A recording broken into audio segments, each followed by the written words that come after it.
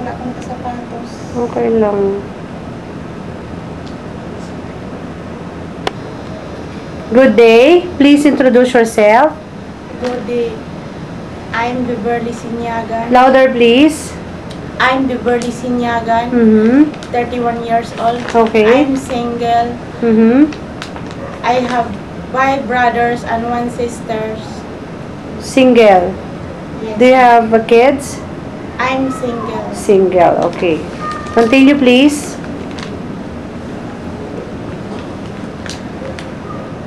Where do you live? I live in Lunoy, Bae City, Negros Oriental with my parents. Okay. Applying as a domestic helper is a very big task. You're doing household chores as well taking care of kids. Can you do that? Yes, ma'am. I take care of the kids and some Duties some duties is in the cleaning house. the house and iron the Clothes.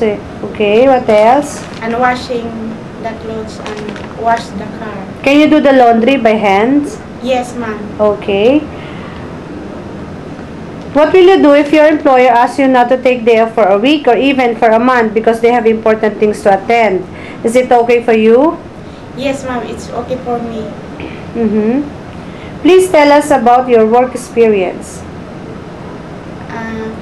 I have experience in the Philippines as a domestic helper. Okay. For how many years? 2 years. 2 years. One employer only.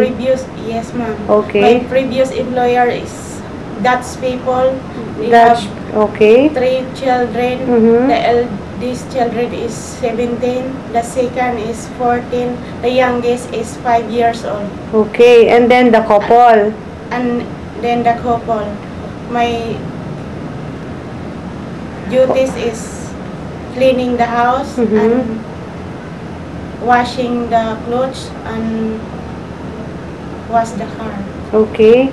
So you serve 5 person. Yes, ma'am. Okay.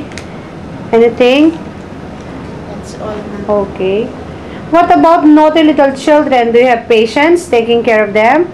Yes, ma'am. I have a patient. Very long patience. Yes, ma'am. Okay. Do you know how to take care of a newborn baby? Yes, ma'am. I know how to take care of newborn baby. Okay, can you please tell us how can you take care of a newborn baby? I take care the newborn baby. I give some milk and change the diapers. What else? What will you do if the baby is crying for a long time? Okay. Maybe if she's hungry, I give some Milk? and Okay, what else? carry the baby. Okay. Can you sing a simple song for the children? Any song? Yes, ma'am. Okay. I have 2 hands, the left and the right, told him apart. So clean and bright, clap them softly, 1, 2, 3.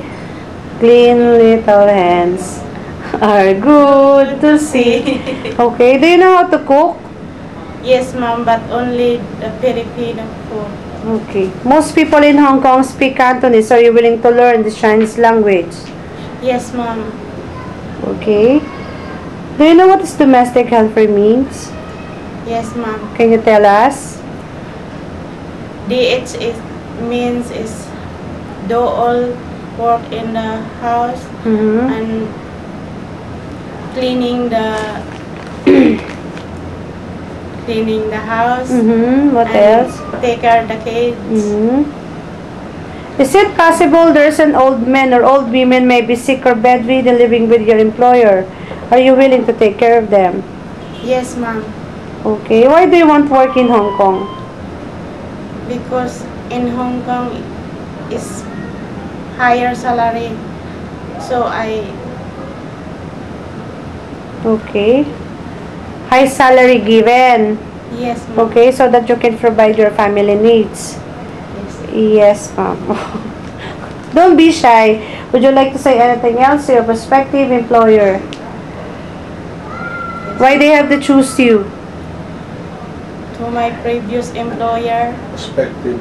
Prospective employer. and